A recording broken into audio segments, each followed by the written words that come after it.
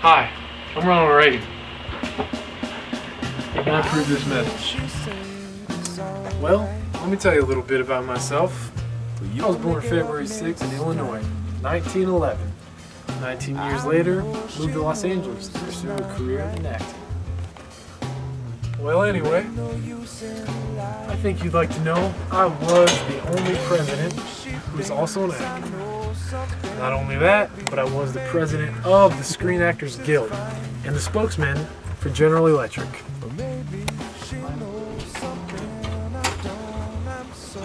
Hey,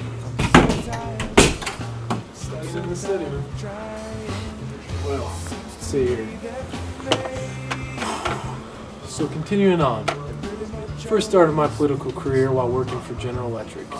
I initially joined the Democratic Party, but soon learned they were sickle and hammer carrying idiots, and joined the Republican Party.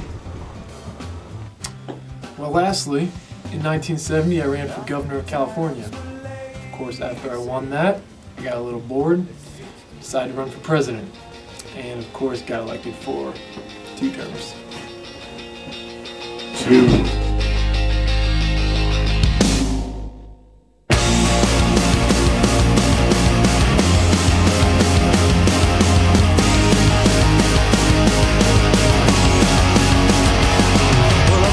Like the party, but the party never stops. I know you like the party, but the party never stops. Well, I know you, I know you, I know you. I know you wanna be here, so you just let go. And no one's ever gonna tell you no. Well, I want to, cause I know you, but you party on.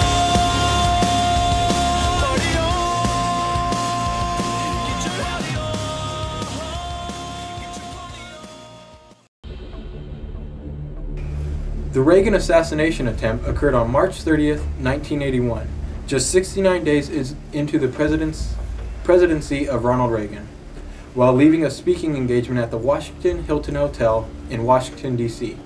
President Reagan and 3 others were shot and wounded by John Hinckley, Jr.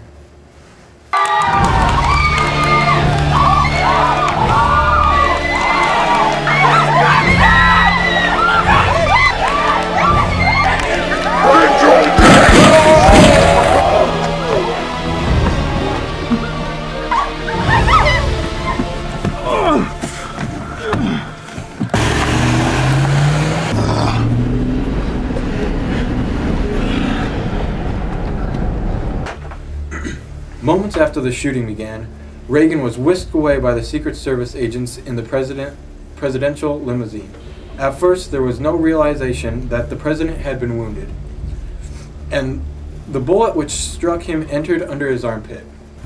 Reagan, already in great pain, believed that one of his ribs had cracked when Agent Parr pushed him into the limousine. Parr ordered the motorcade to divert to nearby George Washington University Hospital.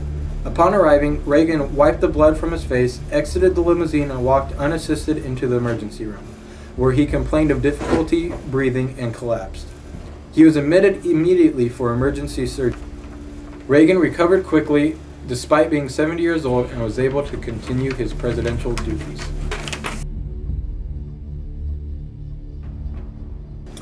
Reaganomics is a combination of Reagan's name and the word economics, and refers to Reagan's economic policy during his first term. The 4 main pillars that made up the foundation of this policy included: reduce the growth of government spending, reduce marginal tax rates on income from labor and capital, reduce regulation, and control the money supply to reduce inflation. Although the tax rates were lowered, the payroll taxes increased. The country was experiencing a recession in 1982, but due to Reagan's policy and market corrections, the gross domestic product rose an annual 3.4% per year. Reagan named Martin Feldstein his economic chief advisor. Mr. President. Marty. I have something I need you to look at. Okay. What do we have here?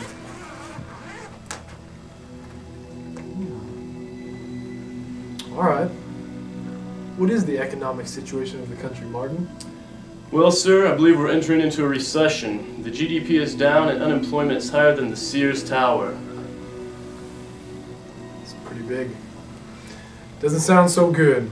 Well, Martin, I've got this idea. Picture this. We will lower the individual income tax rates, and hopefully that will cause the people to spend more money, and that will in turn boost our economy. And here's the best part. We will call it the trickle-down effect.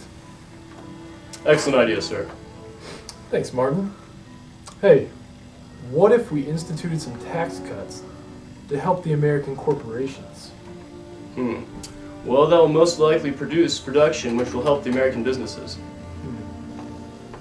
So yesterday, I was petting the GOP elephant, and I thought of an idea that would kill two birds with one stone. What would that be, sir? Well, you know those pesky Russians across the sea who are building up their military like a kid in a candy store? Yes, sir. Well, I was thinking we would implement some military defense contracts that would inject some money into the economy and create some jobs while keeping up with those darn commies. Excellent idea, sir. How are we going to pay for all this? Well, sir, we can do a number of things. First of all, we could issue government bonds, or we could try and borrow some money from domestic and international banks and governments. Perfect. What should we call this economic policy? I was thinking about that as well and thought, hey, what if we combined my name with the word economics? And get this, call it Reaganomics. That's brilliant, sir. Brilliant. Yeah, I know. That's why I'm the president and you're the advisor. Of course, sir.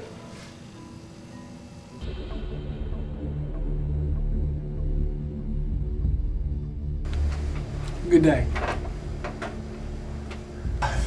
This was a political scandal that occurred in 1987 as a result in earlier events during the Reagan administration, in which members of the executive branch sold weapons to Iran, a well-known enemy. They hoped by selling these arms to Iran, they would in return influence the rebel group Hezbollah, located in Lebanon, to free the hostages they had taken, 6 of which were American. Mr. Obama. Mr. President, How are you? I'm doing fine today. How are you? Doing good. Good. So, you got what I want? Let's see here. Tell me if you like it. Excellent.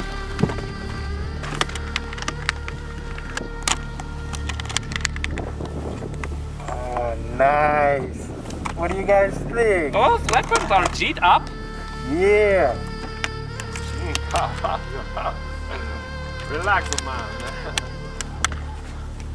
All right. Take it, please. Muhammad! Hey! Sorry.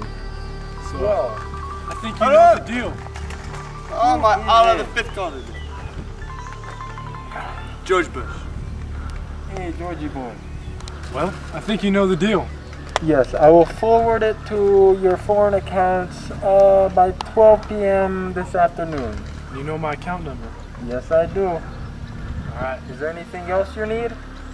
Do you have any goats? How many would you like? 100? That would do 100 fine. goats. I will give you 100 goats. I have 3 daughters, still virgins. Maybe. Okay, you think about it and get back to me. Okay. Pleasure doing business. Good doing business with you. Have a nice day. You too.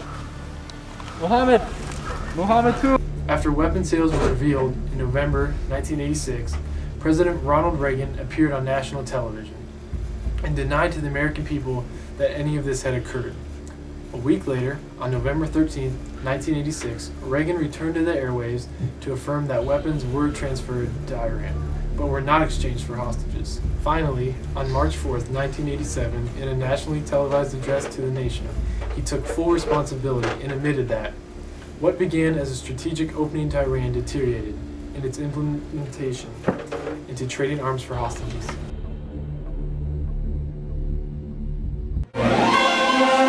This is the CBS Evening News.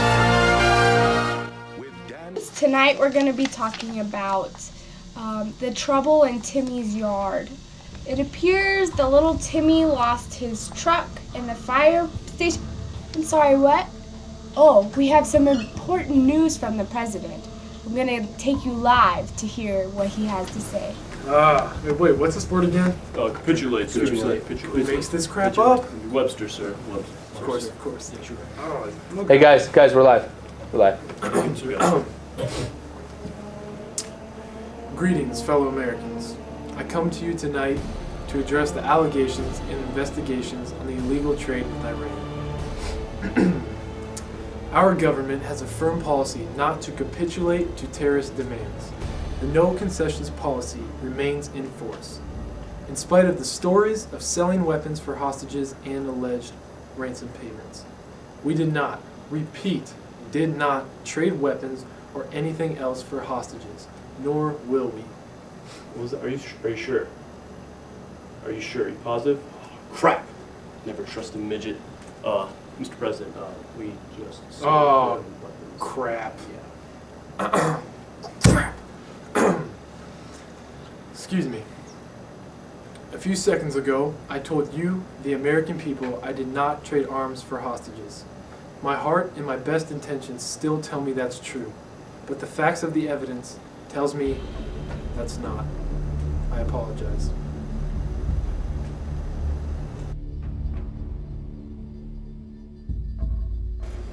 The Cold War was a period of tension and conflict between the United States and the Soviet Union. There was never a direct military engagement between the U.S. and the Soviet Union, but there was half a century of military buildup, as well as political battles for support around the world, including significant involvement of allied and satellite nations in proxy wars. The Cold War then drew to a close in the late 1980s following Soviet leader Mikhail Gorbachev's conference with President Ronald Reagan. He believed that this would make nuclear war impossible and that the Strategic Defensive Initiative helped hasten the end of the Cold War. Then, as we get closer to the end of the war and the fall of the Berlin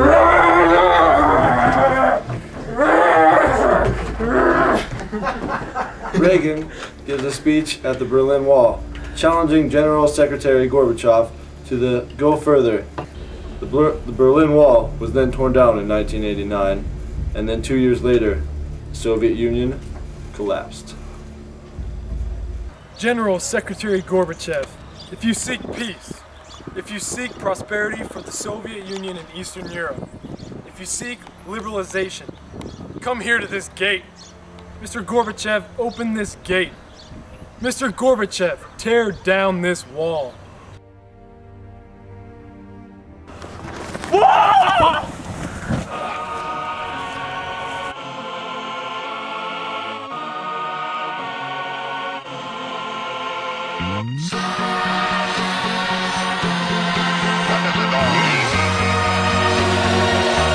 got me feeling so fly. There ain't a day that goes by. A supernatural. Oh my goodness, people, I can't deny. You got me feeling so fly. You got me feeling so fly. Here we go again, talk about that thing that's so genuine. Gonna make it known so a freak like me get his cover blown. Can't help but glorify my Adonai. Now testify. Oh, here we go again, talk about his love so genuine.